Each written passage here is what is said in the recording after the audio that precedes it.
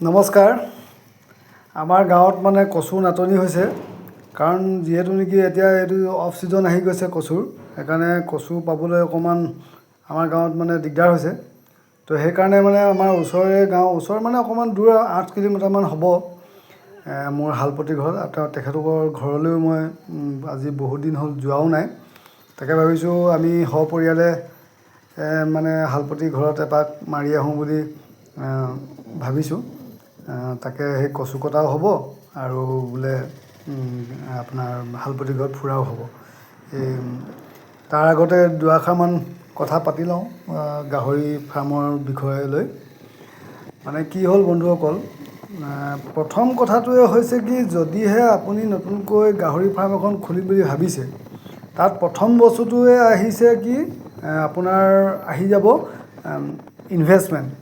তো ইনভেষ্টমেণ্টৰ কথাটো একদম অত্যন্ত জৰুৰী। মানুহে ক'ব পাৰে বোলে আপুনি 10,000 টকা ইনভেষ্ট কৰি এজনী মাইকী গাহৰি আনিলে বা এটা মতা গাহৰি আনিলে, তাৰপিছত এনেকৈ পোৱালি দিব।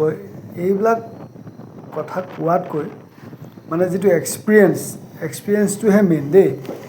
হয়, 10,000 টকাত আপোনালোকে হেৰি এজনী বোলে মাইকী গাহৰি দুজনী আনিলে, পোৱালি দিয়ালে, তাৰপিছত লাহে লাহে বাঢ়িছে। কথাটো একেবাৰে অসত্য নহয়, সত্য। কিন্তু তাৰ ওপৰতো কথা আছে। এই যে আপুনি যে মই ক'লোঁ 10,000 টকাত যে দুজনী বাৰু মাইকী গাহৰি আনিলে, পোৱালি দিব, কিন্তু তেওঁলোকে কি নাখাবই নেকি? ঠিক আছে, আৰু ঠিক আছে খাবই। আপোনাৰ তাত মানে ধৰি লওক আপোনাৰ কচু এভেইলেবল আছে বা কলগছ এভেইলেবল আছে, কিন্তু তথাপিতো কিছুমান বস্তুৰ এটা সীমিত ছিজন থাকে। যেনেকৈ এতিয়া কচুৰ বাৰিষা ছিজনটোত আপোনাৰ কচু এভেইলেবল, আপুনি নলে নৰ্দমাই য'তেই হ'লেও মানে কচু পাব। সেই কলগছো ঠিক তেনেকুৱা ধৰণৰে কথা। কলগছে এজোপাই এটা বছৰত কিমানটা পুলি জগে, খুব বেছি আপোনাৰ 7টা 8টা ধৰি লৈছোঁ। তো আপুনি যদি ডেইলি এটাকৈ যদি কাটিব হয়, মানে আমাৰ মাহটোত 30 জোপা লাগিব। তো ইমান পৰ্যাপ্ত পৰিমাণৰ আমাৰ বাৰীত কলগছো মানে এভেইলেবল নাথাকে। তো সেইটো কাৰণে কি হ'ল, আপুনি তুঁহগুৰি লগা হ'ল। ধৰি লওক আপুনি ঘৰৰে যদি খেতি আছে, তো আপোনালোকে তুঁহগুৰি বাৰু ঘৰৰ পৰা পাই গৈছে, কোনো কথা নাই। কিন্তু আপোনাৰ সেই তুঁহগুৰিটো কেইটা গাহৰিক খুৱাব পাৰিব? প্ৰথম কথা, কাৰণ আপুনি যিহেতু নেকি টাৰ্গেট কৰি লৈছে যে মই ফাৰ্ম আকাৰে কৰিম, তো সেইটো কাৰণে আপুনি অকল এজনী বা প্ৰথম ষ্টাৰ্টিং কথাটো একো নাই, প্ৰথম ষ্টাৰ্টিংটো ঠিকে থাকিব। কিন্তু পিছলৈ যেতিয়া নেকি বাঢ়ি গৈ থাকিব, তেতিয়া মানে আপোনাৰ সিহঁতৰ দানাৰ পৰিমাণটো বাঢ়ি গৈ থাকিব। তো তেতিয়া আপুনি সেই যোগাৰটো কৰিবলগীয়া হ'ব। তো আজিকালি এটাই সুবিধা হৈ গ'ল যে ড্ৰাই ফ্ৰুটটো পোৱা যায়, আপুনি ড্ৰাই ফ্ৰুটটো চলাই দিব। ঠিক আছে, তেতিয়াহ'লে আপুনি সেই 10,000 টকা ইনভেষ্ট কৰাৰ লগে লগে আৰু 10,000, মানে দুজনী গাহৰি কথা কৈছোঁ দেই, আৰু 10,000তকৈ বেছি টকা আপুনি ধৰি লওক 10-20,000 টকা আপুনি থ'ব লাগিব এক্সট্ৰা। তাৰমানে কেলৈ, সিহঁতৰ মেডিচিনৰ কথা আছে, তাৰপিছতে আপোনাৰ দানাৰ খৰচৰ কথা আছে। কাৰণ কেলৈ, তুঁহগুৰিটোতো আপুনি কিনিব লাগিব। আপোনাৰ ঘৰত যিমানখিনি ওলাব, মানে সেই গোটেইখিনিয়ে যে আপোনাৰ ফাৰ্মখনৰ কাৰণে হৈ যাব, সেইটো কিন্তু মই বিশ্বাস নকৰোঁ। আৰু তুঁহগুৰি কিনিব লাগিব, আৰু আপোনাৰ পেকেট দানা কিনিব লাগিব। আৰু পেকেট দানাৰ দামবিলাকতো আপোনালোকে জানেই, মই নক'লেও হ'ব তাৰ ওপৰত। কাৰণ কেলৈ, ঠাই ভেদে মানে দামবিলাকো বেলেগ বেলেগ হয়। তো সেইকাৰণে মানে আৰু কোম্পানী লৈ লৈও বেলেগ হয়। তো সেইকাৰণে দামৰ বিষয়ে মই এতিয়া আজি আলোচনা নকৰোঁ আপোনালোকৰ লগত। আৰু যি কি নহওক, এতিয়া আমি গৈ আছোঁ, মোৰ ঘৰ কাকপথাৰ, আপোনালোকে চবেই জানেই। তো আমি গৈ আছোঁ চেঙেলী গাঁৱলৈ। তো এই যাওঁতে এইটো হাইৱে হয়, এই হাইৱে দিয়ে আপোনালোকে যাব। এই যে নামচাই পৰশুৰাম কুণ্ড নিশ্চয় শুনিছে আপোনালোকে। তো এইটো ৰাস্তা দিয়ে যোৱা হয়। আৰু কেতিয়াবা যদি আপোনালোকে মোৰ বন্ধুসকলে যদি এইটো চাইডে পৰশুৰাম কুণ্ডলৈ যায়, বিশেষকৈ ইয়াত ডিচেম্বৰ জানুৱাৰী এটা মাঘ বিহুলৈকে, মাঘত এটা মেলা হয় এই পৰশুৰাম কুণ্ডত, য'ত মানে পুণ্য পাবৰ কাৰণে বা তীৰ্থস্থান আছে তাত মানে মানুহে যায় আৰু তীৰ্থস্থান কৰিবৰ কাৰণে। আৰু পৰশুৰাম কুণ্ড তাত বোলে কিবা পাপ চাপ থাকিলে ধুলে বোলে পাপটো হেৰি হৈ যায় বুলি কয়।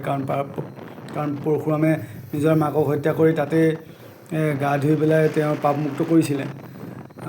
তাৰপিছতে সেই এতিয়া মানে কথাবিলাক সেইবিলাক মানে ধৰি লওক আপুনি যদি আপোনালোকে যদি ভাবিছে যে মই এখন ফাৰ্ম ষ্টাৰ্ট কৰিম তেতিয়াহ'লে যদিহে আপুনি যদি ভাবিছে যে মই 50,000 টকা ইনভেষ্ট কৰিম ফাৰ্মখনত তে আৰু 50,000 টকা আপুনি এক্সট্ৰা ৰাখিব লাগিব তাৰমানে সেইটো পইচা আপুনি খৰচ কৰিব নালাগিব কাৰণ কেলৈ আটকৰ সময়ত এতিয়া এনেকুৱা ধৰি লওক কচু অফ ছিজন কলগছো ধৰি লওক ইমান নাপায় তেতিয়াতো আপুনি অকল তুঁহগুৰিটো দি চলাব নোৱাৰিব তেতিয়া আপুনি ড্ৰাই ফ্ৰুট কিনিব লাগিব তো সেইটো কাৰণে আপোনাৰ পুঁজি লাগিব আৰু পুঁজি যদি আপোনাৰ হাতত নাথাকে তেতিয়া আপুনি গাহৰিকেইটাকতো মৰিবলৈ এৰি দিব নোৱাৰে আৰু যদিহে বোলে আপোনাৰ টনাটনি হয় তেতিয়া আপুনি যিটো সময়ত ধৰি লওক আপুনি বিকিম বুলি টাৰ্গেট কৰিছে তাৰ আগতে ধৰি লওক আপোনাৰ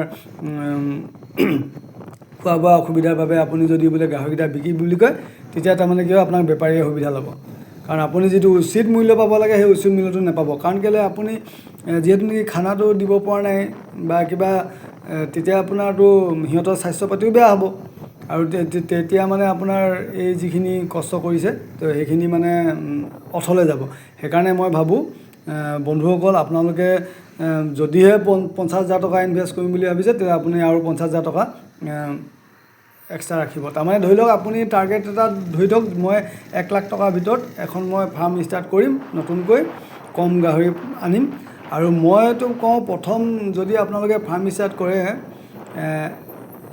একেবাৰে কমকৈ হ'লেও আপোনালোকে মাইকী গাহৰিৰ পৰা ষ্টাৰ্ট কৰিব দেই মাইকী গাহৰি মানে কি হ'ল আপোনাৰ যিহেতু নেকি মাইকী গাহৰিয়ে মানে আপোনাৰ ফাৰ্মখন আগুৱাই লৈ যাবলৈ মানে সুবিধা কৰিব মানে কি হ'ল কাৰণ কেলৈ আপুনি চাওক এটা পোৱালি যদি 5,000 টকাকৈ বা 6,000 টকাকৈ কিনিছে ঠিক আছে আপুনি যদি সেই 5,000 বা 6,000 টকা দি কিনা গাহৰিজনী মাইকী গাহৰি হয় তেতিয়াতো সেই 5,000 টকাৰ পৰা আকৌ নেক্সট আপুনি যেতিয়া ফাৰ্ম ষ্টাৰ্ট দিলে আপুনি ফাৰ্মখন আৰম্ভ কৰিলে তো আকৌতো পোৱালি মানে বস্তুটো কণ্টিনিউ ৰাখিবৰ কাৰণে তেতিয়া মানে কি হ'ল আপুনি পোৱালি পাই থাকিব নিজৰ আৰু ধৰি লওক আপোনাৰ যদি এজনী মাইকী গাহৰি লয় তেতিয়া মানে কি হ'ল আপোনাৰ ধৰি লওক মিনিমাম ধৰি লওক মই এনেই সাধাৰণভাৱে কৈছোঁ বাৰু দেই 5টা যদি পোৱালি দিয়ে তেতিয়াহ'লে আপোনাৰ কিমান হাজাৰ টকা 25,000 টকা 5,000কৈ 25,000 টকা আপোনাৰ সেইটো মানে আপুনি এটা পাব তাৰপিছতে লগতে আপুনি মাকজনী আছেই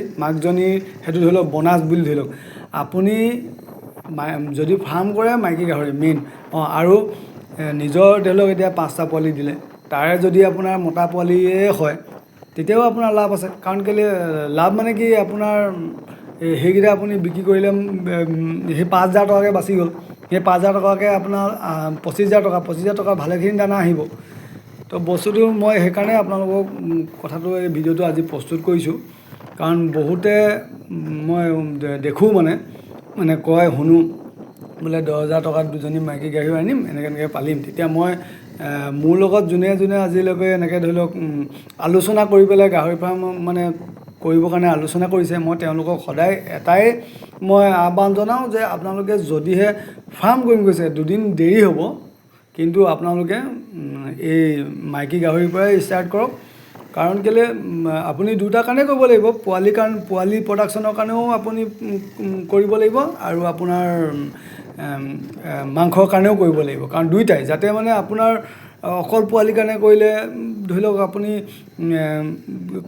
ফাৰ্ম বুলি ক'লে মানে আপোনাৰ দুটাই হ'ব লাগে মোৰ মতে দেই মানে আপোনাৰ যিকোনো বেপাৰী ধৰি লওক আজি মাংস বেপাৰী আহিলেও মানে যাতে সি নিৰাশ হৈ যে ঘূৰি যাব নালাগে বা পোৱালি কিনিবলৈ অহা মানুহো যাতে নিৰাশ হৈ ঘূৰি যাব নালাগে যাতে আপোনাৰ ফাৰ্মখনত মানে এইটো এটা নিশ্চয়তা হৈ যাওক যে তেওঁ তাত গ'লে মানে আমি পামেই তো মানে তেতিয়া মানে কি হ'ল আপোনাৰ এটা ডিমাণ্ড আহি যায় মানে ফাৰ্মখনৰ বাৰু যে কি নহওক আমি পাই গ'লোহি এতিয়া আপোনালোকক মই দেখুৱাম মোৰ হালপতি মানে এইপিনে গোটেই পথাৰৰ মাজতো দেখিছে ইয়াত মানে কচু মই বাৰু আধাখিনি কাটিলোঁ এইটো সময়ত মানে ভিডিঅ' কৰিবলৈ অকণমান অসুবিধা হ'লতো সেইকাৰণে আধা কাটিয়ে হৈ গ'ল তাৰপিছত মই ভিডিঅ'টো কৰিছোঁ তাৰপিছতে সেয়াই কথা আৰু কচুটো কি কাৰণে খুৱাব লাগে মই আগৰ ভিডিঅ'টো কৈছোঁৱেই তথাপিও আজি কৈ দিছোঁ এই কচুত